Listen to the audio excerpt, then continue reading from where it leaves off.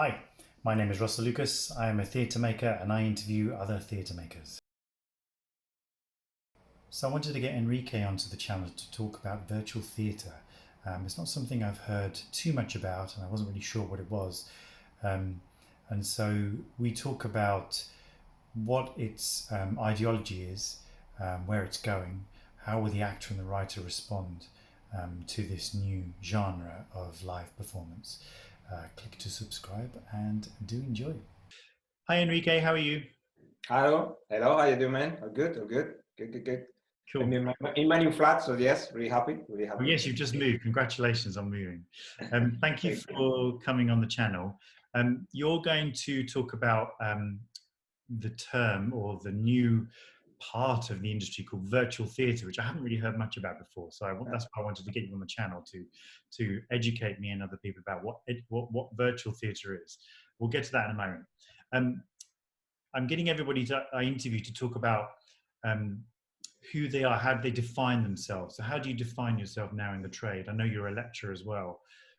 Are you a theatre maker, producer, lighting designer? What's your terminology right now for you? I will say theater maker, but I was reflecting about this, especially, thinking about the interview. But I will say that I'm more a theater thinker, more than a maker now.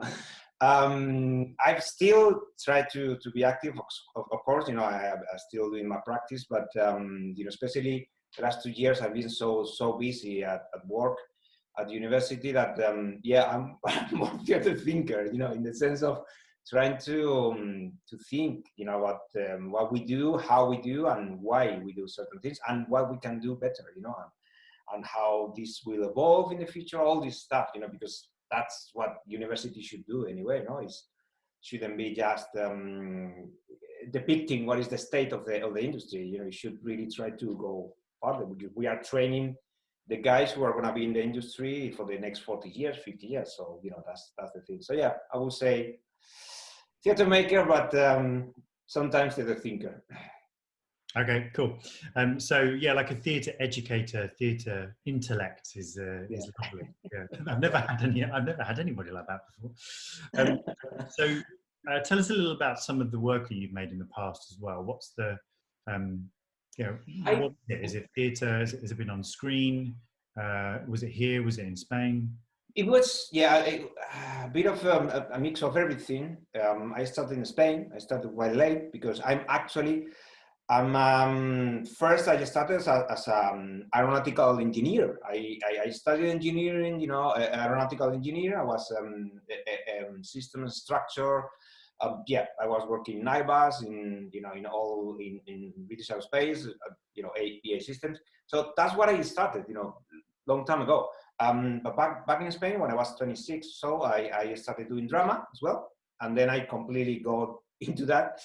I left the engineering, job totally, and then I started work. I did drama. Did 5 years in Spain and some months in Italy as well, doing commedia dell'arte. So I tried to make a living in the theater world more. I mean, mostly as an actor and sometimes director, but of course, designer, lighting, and sound, and so everything I could. I did it. In Spain, it's different anyway. The industry is really small if you compare with this, and normally what you do is small shows. I mean, what we can call fringe here is kind of the mainstream sometimes there in Madrid, Yeah. Of course, you have the big theaters, but the normal people, let's say, you need to survive. But the problem is, I didn't survive. So I did some shorts, acting quite a lot, and directed and lighting as well quite a lot. And in 2012, I moved to UK. My girlfriend, Laura, is an actress as well, and well. We moved here and tried to make a living in the arts, because you have a proper industry here. It was really hard at the beginning, so I could only do like a few things. I did set design for a play, and spent 3-4 years trying to really get into the industry again, and mainly the last couple of years, what I have done quite a lot is video design for for theater. Right. Small, medium shows, more, in the Cervantes Theatre, for example, I've done 3 or 4. In Park Theatre, this January in the 90 was quite good. Success. I think the play was good enough. But yeah, we had a really good, audience in numbers. So yeah, that's mainly what I have done recently in the terms of the theater, let's say, as a practitioner, as a practitioner. The rest of the time, university lecturing every day, because I'm in full time now there. Yeah. Wow. That's a very, very busy life. Well, yeah, I could say, yeah. That's great. That's great. So, tell us about virtual theatre. What is virtual theatre? I mean, I know what the title suggests. Yeah. But yeah, what is virtual theatre, and what type of setting would I experience it in? It is what it is. I mean, this is still work in progress. Let's say the definition, because it's a field. And we can say it's a medium that is actually developing in the last few years. Because I will actually start saying, what is theater? What is theater?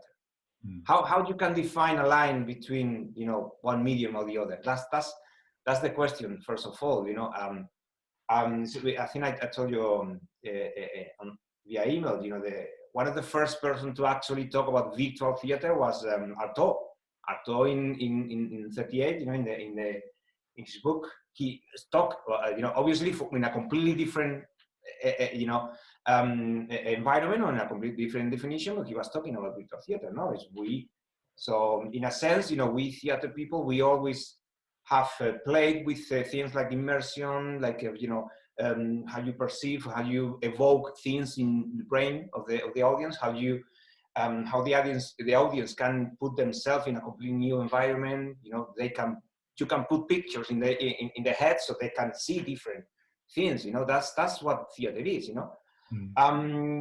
What happens is what happened the last few years is the technologies like the virtual reality, for example, we talk a lot, has become much more affordable, because it has been used for many years. In the 60s and the 70s, they started to develop all these big headsets, and technology was there, especially the military and big corporations, or sometimes in big theme parks, you had this, but now it's more affordable. So that means that the research and kind of the exploration of what you can do now is there, So in the same way that, for example, technology was introduced in theater many years ago, just think about lighting, for example. Before introducing the lighting, they were using just a gas light and really whatever they could, even candle, to try to evoke different things and try to help the narrative, when they introduced lighting, suddenly the audience were kind of surprised, and they had more tools to complete the picture or try to evoke different images on the audience head. Now you have a technology that actually can place digital objects there, that seems to be real, almost. Technology is evolving, obviously, but seems to be real for the audience, So that means that you can place the audience in the environment that you really want, any kind of environment. It doesn't have to be even real, You can put the audience in an environment that is completely, I don't know, just imagine a wall that is based on Dali's pictures, just imagine, for example, So it is another tool to try to immerse the audience in a different environment, So it's just a tool. That's it. So we call virtual theater is something that we could say that it's a piece of a narrative that happens in a world that is not physical, is not fully physical, and is more in a digital environment. So you can just, but it's the same as set design. Set design is fake, it's real, Yeah. But again, it's just a tool. It's a tool. So just try to, for example, try to to picture this as a digital set design. You know, you start to design and devise a piece. You know, and instead of being limited by the physical restrictions, you know, that suddenly you have an infinite world. You know, that's kind of the theory, and that's kind of the tool in itself. You know. Okay. Yeah. So is it similar? Is also projection mapping? Is that also fall into the pot of virtual theatre?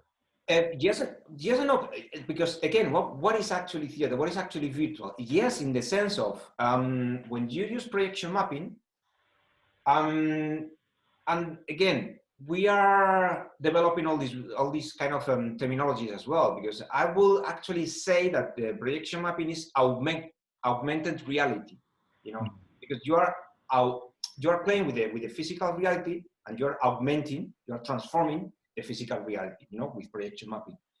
But it's virtual in the sense that it's not really there. It's there, you know, the surface, the projection surface is there, but suddenly the walls that you create and the environments you can evoke, they are virtual, they are digital, no? So in one sense, yes, you know, when we talk about augmented reality or virtual reality, it doesn't have to be just the headset, you know? Obviously, it might be the most powerful experience, because the more you limit the senses of the audience, you know, sometimes you can get a more powerful, or you can manipulate the senses of the audience even further, no? But at the same time, then you might lose things, you know, because if you are limiting the senses of the audience, then you can really play with what the audience actually see on the physical world, which is also an anchor, or, you know, so there are many factors there. So anything that transforms the real world, I would say that it could be kind of under the umbrella of this kind of virtual theater. Yeah, there's a few years ago I was working with an artist and we were looking at projection mapping, and there are obviously the big projections on buildings and things, and makes them look like they disappear, etc. But there was one remarkable piece that I actually found that was the perfect example of virtual reality mixing with live interaction, and it was a student experiment. I think it's quite famous now, but it's just a guy sat on a couch, and once they darken the room down, all the other actors are underneath all the props, and the actors move other props, but then the virtual reality is projected onto it, and it looks like his couch turns into an aeroplane. Yeah.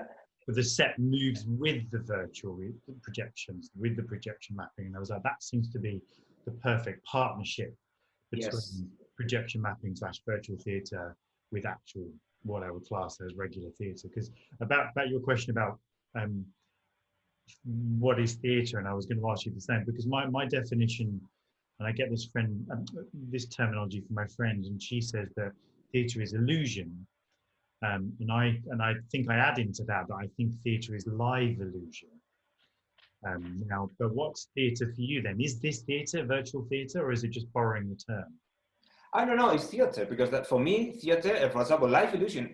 I love this way of putting it. Yeah, I was thinking that for me, theater is any kind of narrative that happens live and immerse the audience in a different environment, and really, you know, transport and you know, the suspension of disbelief. You know, that's theater. That's theater for me. You know, and I love what you said. You know, I'm gonna grab this and just at Bruford, no, because for me, life is one of the main things, and illusion is totally, you know, but you need to make the audience to really evoke different things and really immerse in the story. So therefore, yes, that's for me theater. The thing is, the way you actually deploy the narrative and the way you tell the story is how you can play with the tools and with the technology you have on your hand. But that's theater. That's theater. I always say the same. For me, it doesn't matter. I would say it has to have the right amount of technology, or you have to. How can I say this? You have to use the right tool to tell the story. That's for me is vital. One of the plays that I loved most, I remember it was like 4 or 5 years ago. One of the first plays I saw here, actually maybe 7 years ago. It was just one man on a chair. It was in Trafalgar Studios too. It was about the euthanasia, and he was great. He was fantastic. A man on a chair, and he was transporting you to his home in Manchester, and then to Switzerland. You know, it was crazy. It was crazy. It was really good because it was so well rehearsed, so well.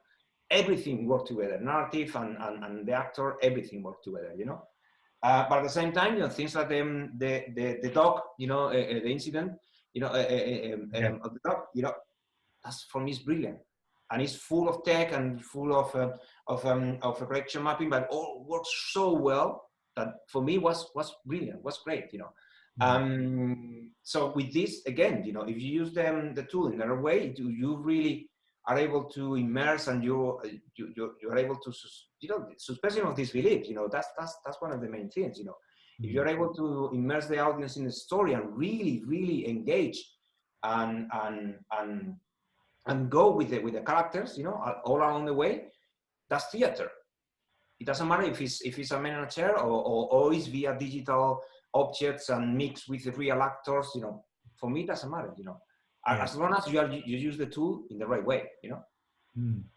So on the last question then, because obviously this is slightly a new thing as well, this new technology is coming into the theatrical space, I guess.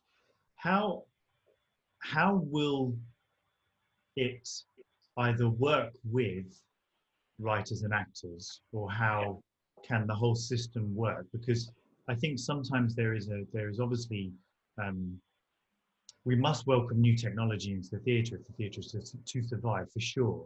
But I guess the dream is going to be that somehow the actor and the writer is still absorbed and still within this virtual theatre concept, for sure, I would imagine. What are your thoughts on that? Yeah, no, yeah. I mean, I obviously, you know, actors, writers, you know, they have to be at the core of the story, and they have to be at the core of the production, you know, because that's theater, that's a life, and it's made by people, by artists, you know. Or that's that thing, you know. Technology only will produce art if it's actually led by artists. That's for sure, you know. Actually, when the analogy, for example, is I remember one of the first films that you could see fully digital characters. You know, they were animated fully digital characters, and you could see that you couldn't really relate with them because it was weird, you know. But suddenly, Andy Serkis, you know, came along, and you could really engage with Gollum, and then, you know, all the things that his company, you know, Imaginarium has done since then, you know, and could be maybe better or worse in the sense of the script or the quality, but the actual, I would say, the acting or the characters on stage, on screen, you could relate with them even if they are digital. Why? Because you have an actor behind. You have someone who is, you know, an artist who are actually putting the emotions and all the reaction, everything, you know. So you have an actor behind, you know. So therefore, you know, in the new digital world, of course, you know, there will be room. Not only there will be room, it has to be led and it has to be produced with artists, you know, with actors, writers, directors. Of course. You might have animator, for example. You might have one animator that grabs a 3D character and is able, a genius animator, and is able to really animate the face in the way that you will engage. But it has to be like a proper genius. You know, I think that you always need, or it will be much better, or you will benefit always to have artists, you know, actors behind, of course, you know. Yeah. But then with these new technologies, the good thing is now you can mix. For example, one small research project that I did for the masters was trying to develop a small piece with using augmented reality headset. So basically, the audience is a see-through headset, so you see the real world. You know, it's called the HoloLens. You know, I would say old, but old in these things is 3 years, 4 years old anyway. But yeah, so it's a see-through device. So therefore, you see the actors, you see the real world, but also you overlay, you see digital objects, and when you move, you can feel that they are real because they actually react and they've seen real, you know. So therefore, you are mixing real life acting with the digital object. And I did a small research project, and for example, things that are really difficult then is.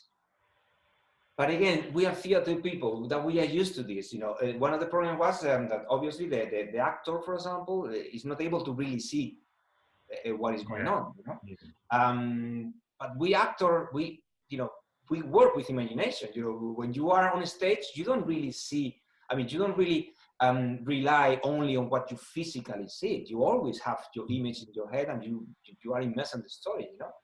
Or when film actors, you know, when you are doing green screen, you know, again, it's the same. It's the same. So it's a different tool, but you can always go to the core of the practice, the core of you as an artist, you know. And we have been doing this for millennia, you know, in theater, you know. It's again, you know, we are creating an illusion. We have more tools now. Yeah. One of the things as well in the opposite end was that if you start putting too many digital, if you just start putting too many things there, you know, you might limit the imagination of the audience because then you are too literal, you know. Right. So again, so it's just playing with a tool. For me, when I go to see a play and the set design is like Baroque, it's like all full of stuff, it doesn't work for me. Yeah. For example, you know. If just as we've got a couple of minutes, if an actor is watching this or a writer is watching this currently, is there anywhere for them to go to engage with this new process that's coming up? Are there ever any courses or online lessons or discussions or articles? I mean, maybe at the bottom, but has that partnership begun? Has somebody started to open that out and say, hey, you know, we've actually got to start to absorb the Yes. I mean, first of all, is what I told you. In Rose Bruford, actually, we have a new course that is called Virtual Theatre and Digital Experiences. I think we are the first, to be honest. I think we are the first in university. We are in this case, we are the first. But because it's specifically virtual theater, you know. But in terms of virtual reality of companies that are doing, for example, I don't know if you know Satori Studios, Tupac Martir.